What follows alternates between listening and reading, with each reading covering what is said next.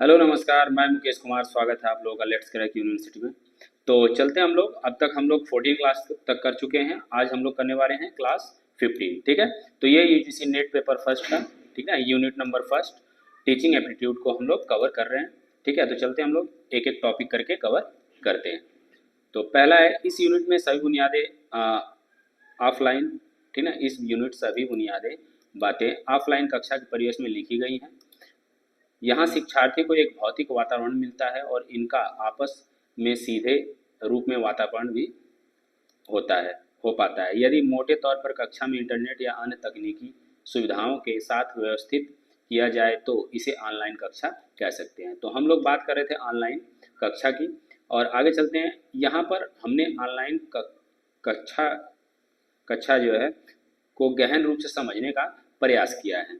तो हम लोग इस पूरे वीडियो में हम लोग ऑनलाइन, ठीक है, क्लास को कवर करने वाले हैं। ऑनलाइन और ऑफलाइन के बारे में थोड़ा सा डिफरेंट भी समझेंगे। ठीक है, तो चलते हैं।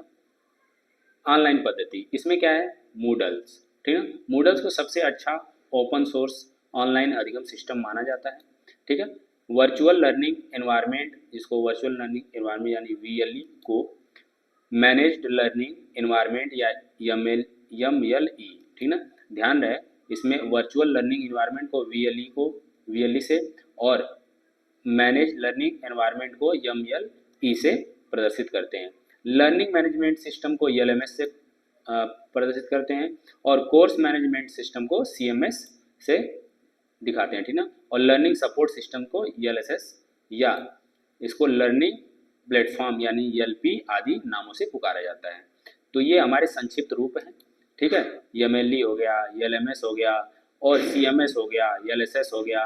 ठीक है, ये सारे क्या हमारे शॉर्ट में है, संक्षिप्त में। ठीक है, तो आगे चलते हैं हम लोग।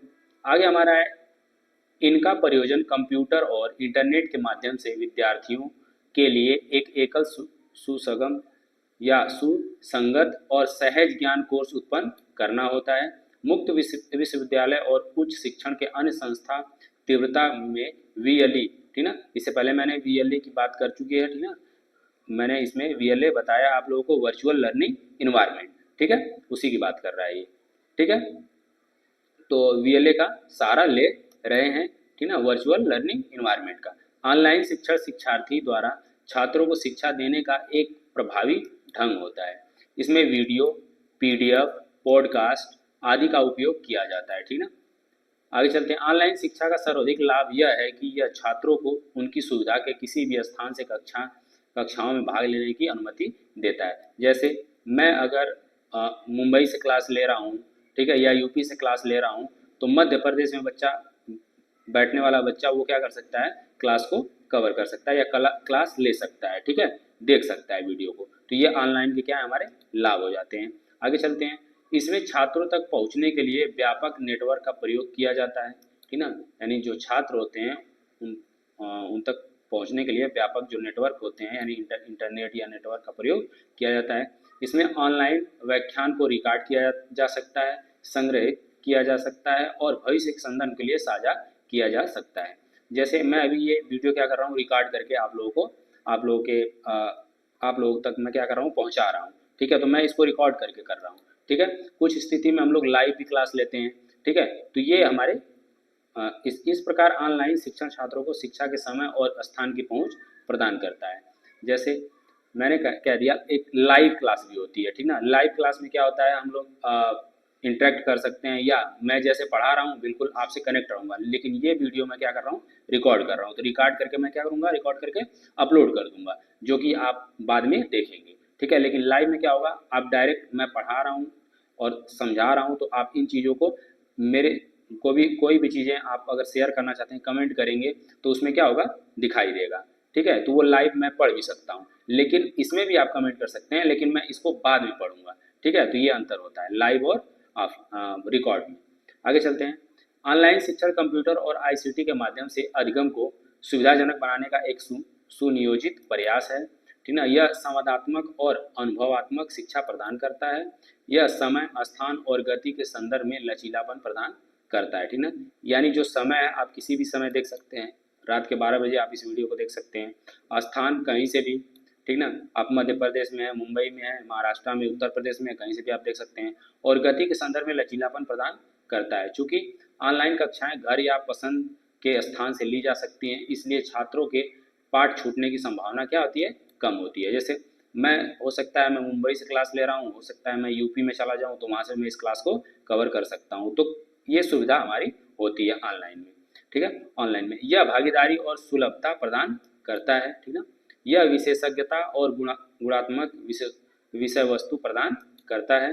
आगे चलते हैं। यह शिक्षार्थियों के व्यक्तिगत प्रशिक्षण का सबसे अच्छा संसाधन है, ठीक है। यह अधिगम को सक्षम, निर्धारित, गति और कुशल बनाता है, ठीक ना। यह प्रशिक्षण के आसपास केंद्रित रहता है और समय और स्थान की इसमें क्या होती है, पहुंच भी होती है। चलिए आगे देखते हैं। ऑनलाइन सीखने का एक अन्य लाभ वित्तीय लागत कम करना है, ठीक ना। यानी ऑनलाइन आप अगर शिक्षा लेते हैं तो वित्तीय जो लाभ होते हैं उसको कम करना होता है। जैसे कुछ कोर्स आप क्या करते हैं, ऑनलाइन परचेज करते हैं, ठीक है, तो वो कोर्स जो होते हैं वो आपको ऑफलाइन के कंपेयर में क्या होते हैं, सस्ते पड़ते हैं, ठीक है। क्योंकि टीचर क्या करता है, कहीं से भी बैठ के पढ़ा सकता है और आप उसको पढ़ सकते हैं।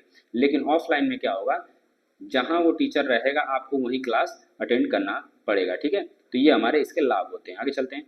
ऑनलाइन सीखने से छात्र में परिवहन क्या होता है, छात्र क्या होता है, भोजन और सबसे महत्वपूर्ण अचल संपत्ति के लागत बिंदु समाप्त हो जाते हैं, ठीक ना। कहने का मतलब यह है कि आप जैसे आप जहाँ रहेंगे, आप जा करके वहाँ पढ़ेंगे, ठीक है, वहाँ पे भोजन हो गया, अचल संपत्ति की लागत जो समाप्त होने लगती है, धीरे धीरे भोजन खत्म होगा, ठीक ना। आप दूसरी जगह खाना खाएंगे, ठीक ना, और दूसरी जगह रहेंगे, रूम रेंट, ठीक ना, बहुत सारे खर्चे हो जाते हैं आपके। इसके अतिरिक्त एक कागज रहित अधिगम का अनुभव रहता है, जो कि पर्यावरण के लिए भी लाभदायक है, ठीक है। आगे चलते हैं। हर छात्र की सीखने की अलग शैली होती है। कुछ छात्र दृश्य से सीखने वाले होते हैं, जबकि कुछ छात्र ऑडियो के माध्यम से सीखने में पसंद करते हैं। कुछ एकल स्वभाव के छात्र बड़े समूह में विचलित हो जाते हैं, ठीक ना।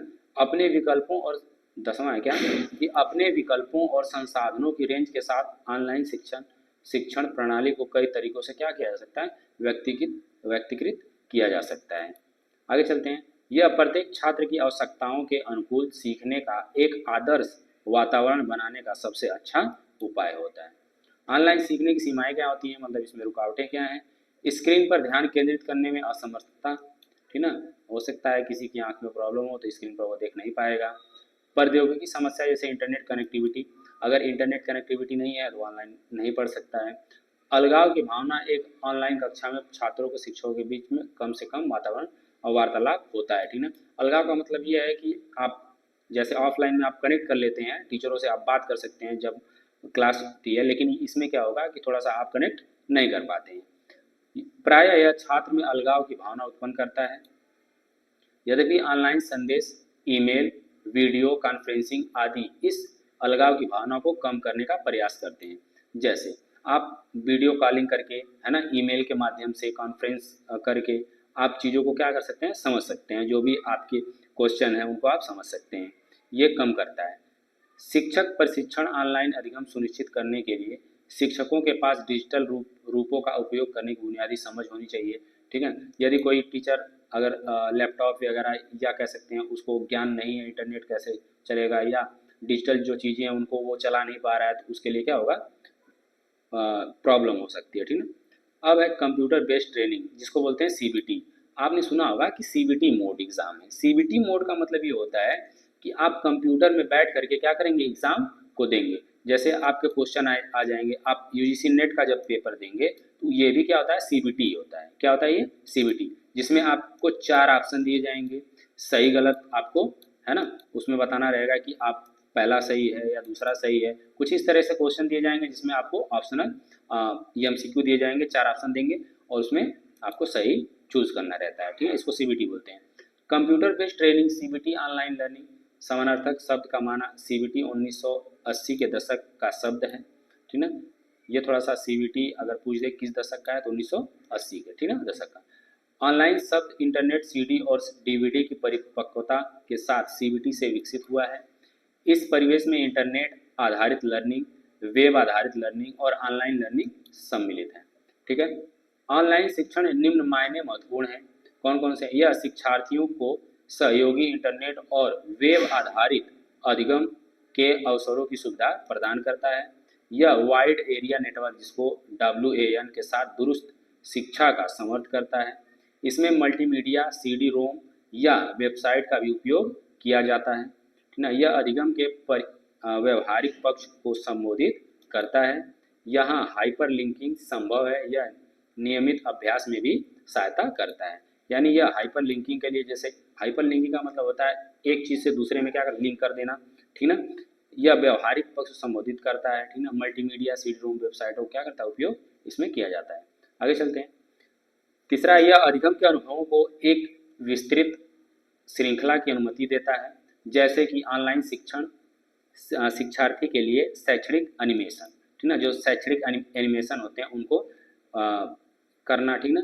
यह अब आगे क्या है, चौथा, यह अतुल्यकालिक और तुल्यकालिक, जिसको बोलते हैं असिंक्रोनस एंड सिंक्रोनस, ठीक ना, जिसको अतुल्यकालिक संचार मोड के माध्यम से ई प्रशिक्षण प्रदान करता है, जिसे सिंक्रोनस या असिंक्रोनस कहते हैं, जिससे शिक्षार्थी को लचीलेपन की सुविधा मिलती है। सिंक्रोनस, चलिए आगे इसको पढ़ते हैं हम लोग। अतुल्यकालिक लर्निंग, जिसमें प्रतिभागी को सिंक्रोनस, ठीक ना, सिंक्रोनस गतिविधियों की अनुमति देने के लिए ब्लॉग, विकी और चर्चा बोर्ड जैसे तकनीक का उपयोग करता है, जिसे सभी प्रतिभागियों को एक बार चैट सत्र या आभासी कक्षा या बैठक में सम्मिलित होने की अनुमति मिलती है। यह इलेक्ट्रॉनिक मीडिया के उपयोग के माध्यम से एक संगठन में कर्मियों की भूमिका दक्षता विकसित करता है, ठीक ना, जिसमें विशिष्ट प्रशिक्षण अनुकूलित सॉफ्टवेयर के माध्यम से प्रदान किया जाता है, जो ग्राहकों की विशेष जरूरतों को एक समर्पित ब्रांडेड इंटरनेट कनेक्टिविटी पर सिंक्रोनस मोड के माध्यम से संबोधित करता है। समान रूप से यह जो होता है internet access world wide web साझा नेटवर्क के माध्यम से शिक्षार्थियों को असिंक्रोनस मोड में सार्वभौमिक सामग्री प्रदर्शित करने वाले सामान्य सॉफ्टवेयर के माध्यम से शिक्षार्थियों को प्रशिक्षण प्रदान करता है। ठीक है, आगे चलते हैं। अगला, यह शिक्षा में ICT उपयोग पर प्रशिक्षण के माध्यम से शिक्षकों के व्यावसायिक विकास द्वारा शिक्षण को बढ़ाता है। वर्ल्ड लिंक्स जैसे ई लर्निंग प्रणाली शिक्षकों को क्या करती है, शिक्षण में प्रौद्योगिकी को एकीकृत करने में क्या करती है, सक्षम बनाती है, और इस प्रकार कक्षाओं में गतिशील छात्र केंद्रित शिक्षा का वातावरण निर्माण करती है। संकाय दुनिया में अपने समकक्ष समूहों के साथ भी बातचीत कर सकते हैं और इस विषय पर विचारों और टिप्पणियों का आदान प्रदान कर सकते हैं। ठीक है, आगे चलते हैं। ई लर्निंग के दो प्रमुख पहलू होते हैं, कौन कौन से होते हैं? ई लर्निंग के एक होता है हार्डवेयर और एक होता है सॉफ्टवेयर। हार्डवेयर, प्रभावी ई लर्निंग कोर्स सामग्री तैयार करने के लिए हमें ICT निर्देशात्मक डिजाइन और विषय क्षेत्र में विशेषज्ञों एक टीम सम्मिलित करना होगा, ठीक ना। हार्डवेयर और सॉफ्टवेयर आप समझते होंगे, ठीक है, इसको बताने की जरूरत नहीं है, लेकिन फिर भी मैं बता देता हूँ। हार्डवेयर का मतलब ये होता है कि जो चीज़ें ठोस हो, ठीक है, उसको हार्डवेयर बोलते हैं। सॉफ्टवेयर का मतलब जैसे आपके सॉफ्टवेयर हो गए, जैसे एप्लीकेशन आप देखते भी हैं, आपके कंप्यूटर या मोबाइल में एप्लीकेशन जो होते हैं, जो आप सॉफ्टवेयर यूज़ करते हैं, उनको सॉफ्टवेयर ही बोलते हैं, ठीक है। ऐसा प्रारंभ से करना चाहिए ताकि एक एकीकृत बल के रूप में काम करे और ई लर्निंग कोर्सवेयर की आवश्यकता के अनुसार योगदान करे, ठीक है। इन दोनों के अलावा तीसरा घटक होता है कार्यान्वयन के लिए अच्छा वितरण और वातावरण करना, यानी हार्डवेयर और सॉफ्टवेयर के तीसरा होता है उसके अलावा आपका वातावरण, ठीक ना, अच्छा वातावरण होना चाहिए। ठीक है, तो बस आज के लिए इतना ही, और अगले क्लास में हम लोग यानी 16, ठीक है, 16 क्लास में हम लोग पढ़ने वाले हैं क्या, MOOCs, ठीक है, मैसिव ओपन लर्निंग। तब तक के लिए धन्यवाद, ठीक है, और आगे हम लोग इसको कवर करने वाले हैं। Thanks for watching.